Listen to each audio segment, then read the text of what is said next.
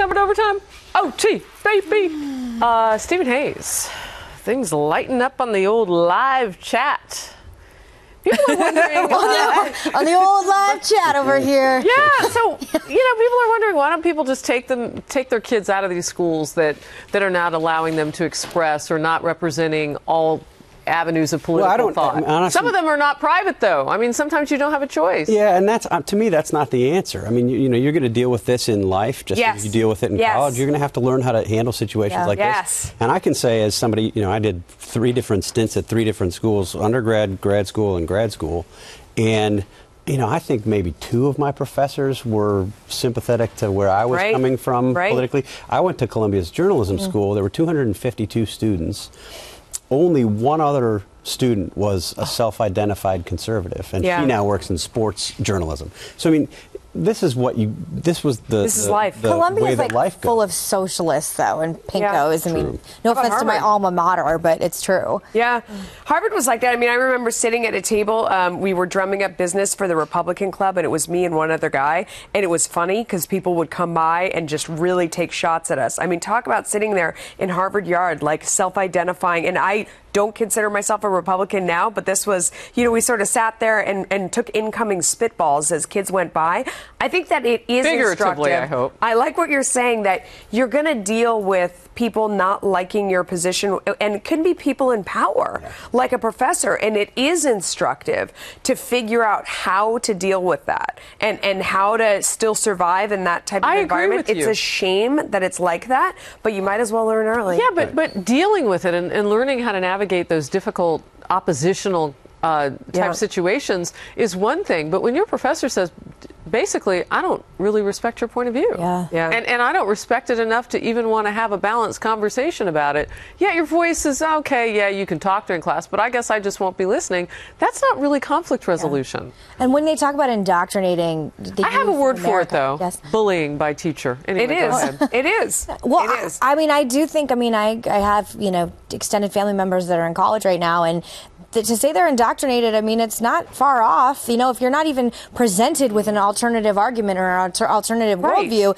you don't even have the option to make your own choice. So with a professor like that, it's just extreme liberalism, and that's it. And that's a very dangerous way to be sent out in the world. The people who do this, the kinds of professors who do this, at least in my experience, are the kinds of professors who aren't comfortable enough in their own knowledge, their own understanding, that they feel like they've got to sort of bully students into getting them to adopt their positions, rather than have a full, robust discussion and let the students come to their own conclusions. Her response to the Social Security thing, which is why I brought that up, really shows that. Because, if you do believe in what you're doing, you can have a conversation about the fact that we're deeply in debt based on Social Security. I mean, you could say that you believe in the system and that it, they violated the way that it was supposed to be set up in the first place. I mean, you could defend that you believe in Social Security while talking about the numbers and still talking about where we are. The argument that you think it's worth it. I mean, that we have to be doing this. We have to be doing it. But instead, she said, well, nobody really knows the numbers. Of course we don't. They're numbers. Excuse me. We know exactly where we are. We know exactly how in debt we are. And you can see that on the CBO website. I mean, that will always be my problem with Obamacare, was that it was so clear from the beginning where we were headed in terms of, if you add all these extra people and you don't make them pay for their services, everyone's cost is going to go up. I mean, the math never worked on that. And if we had had an honest discussion up front, we're going to cover these extra millions of people because that's the right thing to do as a society, and it's going to cost everyone more. Now raise your hands. Do you want to pay more to cover these people who have no insurance? We should have had an honest conversation about what we were really doing, but instead we did this fake math.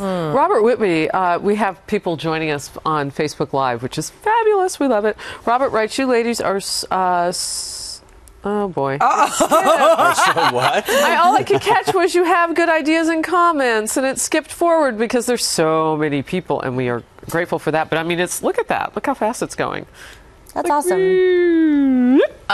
What did you have to quit reading? No, I couldn't read it. It jumped right out of my phone. You had a Robert Whitby, but all I could read was the last ones because it went so fast. But he said that we're smart and we have good comments. Oh, good. Nice. Okay.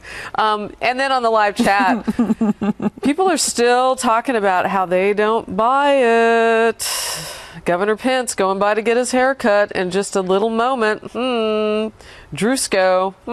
Mike Pence pandering. Oh my gosh, who gets a haircut at a place they don't know? Delphi.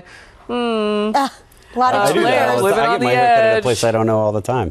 Wherever I have 10 minutes, I go. Rufus Sulphur, though, writes this. How many state governors can you pick out of sight?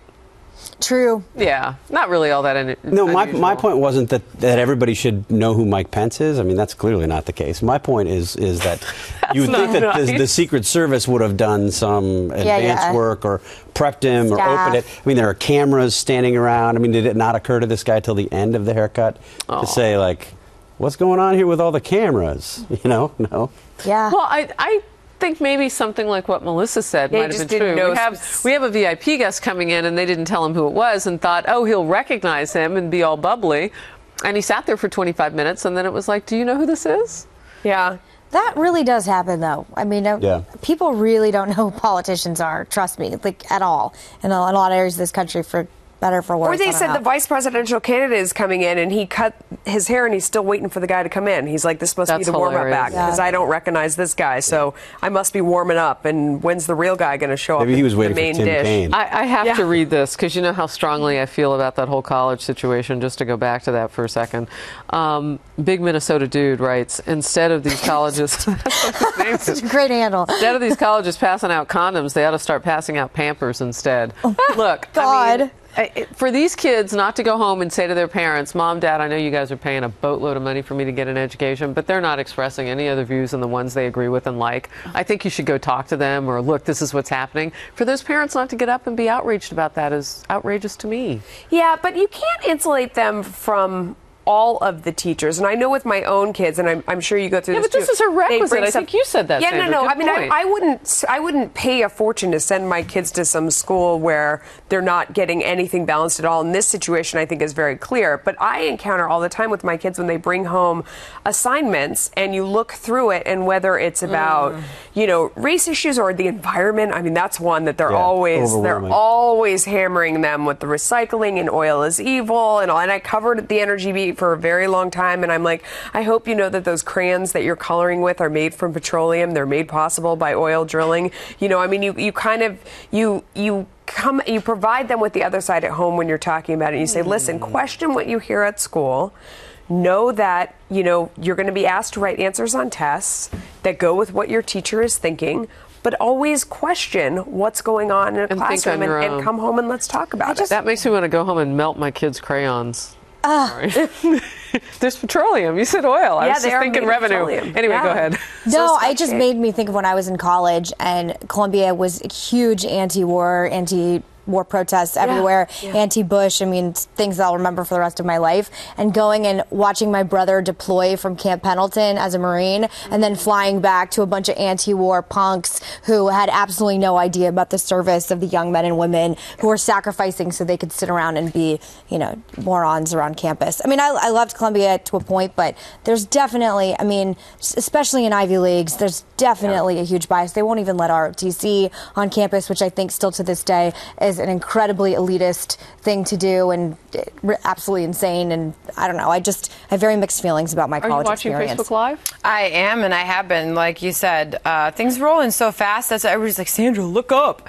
But I'm reading all of your comments. People have strong opinions about the university story. Which is what they're primarily weighing in on. A lot of people want us to get back to politics and talking Hillary Clinton and some emails. Anthony Robeson writes on Facebook Live, Hillary is having an awful week and it keeps coming. Why on earth are people still supporting her?